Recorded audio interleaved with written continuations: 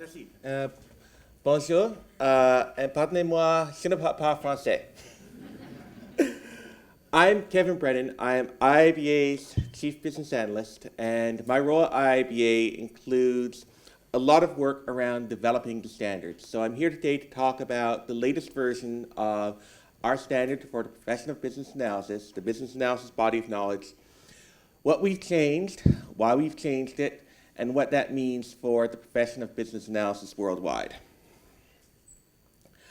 I got involved in IIBA almost right at the beginning, back in 2003. And what we faced, at least in Canada and in North America, was that the business analysis profession was on very weak grounds. We all had the experience, the team that was involved in it, myself, many others, including Kathleen Haas, who is speaking later here today, had gone through many, many projects. And in fact, I remember the first project I did as an IT business analyst. It was for one of Canada's major banks. We were working on a new mortgage system for them. And I was brought in with the story that would take about 6 weeks to complete testing on this system, after which we would roll it out to our various branches across Canada, and I would be moved on to another project. And so I started to ask when I got in, what was I supposed to do? Because I had never been an IT business analyst before. And as it turned out, neither really had anybody else who was assigned to the project. And so, with nothing else to do, we started testing. And things crashed and broke. In fact, we couldn't get a mortgage all the way through the system. That 6-week project lasted for 2 years. The budget went from $2 million to $20 million by the time we were finished. That was with a team of around 20 people working on it full time. The requirements document was a half-completed user interface specification written by somebody who no longer worked for the company. This was unfortunately not unusual. It was a very typical outcome because companies had really very little idea what a business analyst did. A business analyst in a lot of North American organizations was simply the person on the project team who did the requirements and anything else that needed to be done, whether that be testing or assisting the project manager or getting coffee and donuts or whatever else it might be. And we felt it was time to improve that. I mean, personally, in the years since that project, I had learned how to do the job. Not through training, because there was very little training available at the time, but through my own research, my own reading, exposure to other business analysts. And I had reached the point where, at least when I was working on a project, I could pretty reliably develop a requirement specification that would be implemented with only minor changes. But as a whole, we weren't doing any better.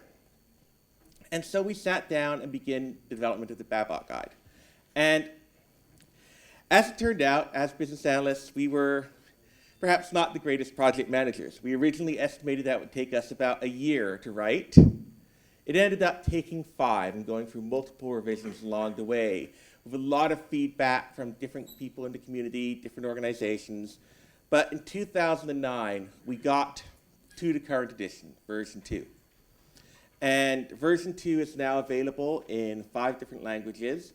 It's been distributed worldwide. It's been very successful and very widely accepted.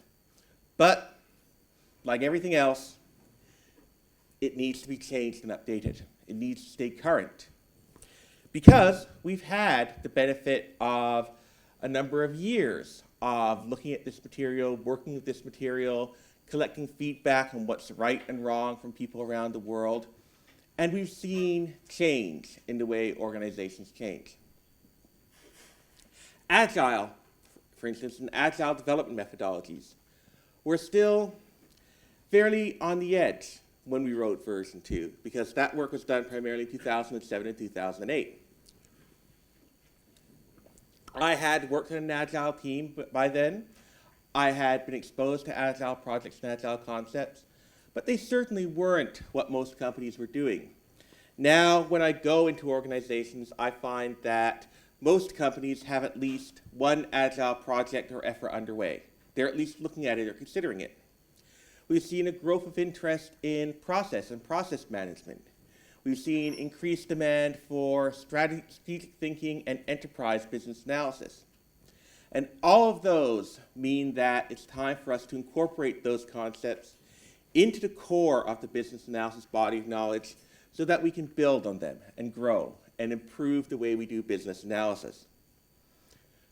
We also have the benefit of seeing other smaller changes, right? People have used the Babok around the world for 5 years now. We've had a lot of feedback from them about what works and what doesn't work, about what's clear, what isn't clear. And we really need to bring that into the core, to make sure that we have something that's usable and valuable for people for the years to come. So I talked briefly about Agile and about the impact that Agile is having. And this is one of the things that we realized we were going to have to look at with version 3. When we wrote version 2, the team made a very conscious decision to focus on business analysis within the scope of projects. And we did that for a reason. We knew that we didn't know enough about business analysis in every context as a group. That group of people had all had that experience in the project environment, and most BAs worked in the project environment. So we wanted to make sure that we delivered something that would be valuable to at least a section of our community rather than do more than we possibly could. And even there, we recognized that there was a lot to learn and a lot to improve. Having talked to some people here, I'm not sure that this is as true in France and Switzerland as it is in North America. But the North American BA tends to work very much within the scope of the project. That is, so let me ask a question. How many of you who are working on projects have been exposed to the business case or the rationale behind the project? You see, this is much better than I usually get. If I did this in North America, 2 or 3 of you would raise your hands, right?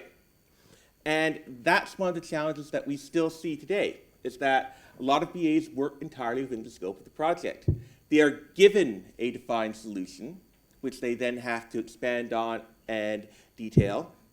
And during the course of doing so, they will almost always find out that what they've been asked to do is wrong. I certainly did almost every time. There was something fundamentally wrong with what we had to do. And so we have to step outside the project, think about whether it's doing the right thing, and then bring that information back within the direction of the project, and perhaps change where it's going or alter it. But most BAs were not trained to think that way. They were trained to think solely within the scope of what they were assigned to do. And so even in version 2, we had to break out and start getting them thinking about where the value lies, what the benefit is. And that is what happens outside the project, right? The conception, the thinking about where we have to go, the enterprise analysis, the rationale for doing it, and the benefit to the business that comes from actually delivering this. Because that benefit does not occur until after the project is complete, right? If you're doing an iterative life cycle, you might be able to realize some of that benefit earlier on. But the full benefit requires people to actually use and develop the thing you're working with. So what changed that? Well, one approach we saw was popping up in Agile and business process management, continuous improvement. The discipline of, instead of doing something with a defined scope from beginning to end, of looking at a business process or manufacturing system and going and improving it, taking it one step forward each time, looking for a thing you can change to make it work better, and continuously iterating towards a performance target or goal. The other is at the enterprise level, strategy. Because the closer you get and the more strategic you get, the more you find that defining the problem is as hard or harder than defining the solution. A strategy, a business strategy, requires that you figure out, well, what problem can our organization solve? What are we capable of fixing? And then finding a way to make that a profitable enterprise, right? An enterprise that delivers value. And so the question and answer are closely linked. And we wanted to make sure that version 3 allowed us to incorporate all of those kind of life cycles. The other is that we found globally, and this information comes from a survey worldwide of CIOs, the expectations for IT and for business analysts are changing, and changing dramatically. If you look at the survey, and this was a survey done by Deloitte, they have found that the drivers of value for business analysts are not about software requirements. They're not about change control. They're not about requirements management. What CIOs are looking for, the gaps that exist in their business, are around linking strategy to what the enterprise is doing, right? It's about improving process and improving value delivered to the business. It's about creating innovation. It's about helping the business survive in an increasingly competitive world. If you look at the things that drive value in information technology listed here, and the skills gaps that CIOs are facing, these are all things that business analysts are equipped to address. These are all the skills that we should be bringing to the table and delivering. And so with version 3, we have to incorporate that. We have to help BAs meet those needs and meet those goals. So what is new in version 3? Well, it's taken us 3 years to get to where we are today, which is the public review, which lasts until July 11th. And right now, we are in the process of taking feedback on the current draft. And I haven't checked in the last couple of days to see how many comments we've got. It was well over 2,500 comments on the present draft. And that's on top of the 3,200 comments we received on an earlier draft, which is circulated to a number of practitioners and expert reviewers. It has been developed internationally for this time. Version 2 was built by a team, all of whom were headquartered in North America. We did have some contributors from elsewhere. Version 3 is a genuinely international effort. We have people from, as well as Canada and the United States, from New Zealand, Bulgaria, Japan, and the United Kingdom on the core team, and on the extended team from many, many more countries. So it really represents a global view, which we're very happy with. And we've had a broad range of industries and disciplines involved in the development. This, of course, means that version 3 is also longer, but that's the price that we're willing to pay to get to where we need to be for the profession. So what is version 3 and what's new in version 3 and how is it structured? Well, if you look at this pyramid, there's something new at the top and at the bottom. So we've added quite a bit to help pull it together.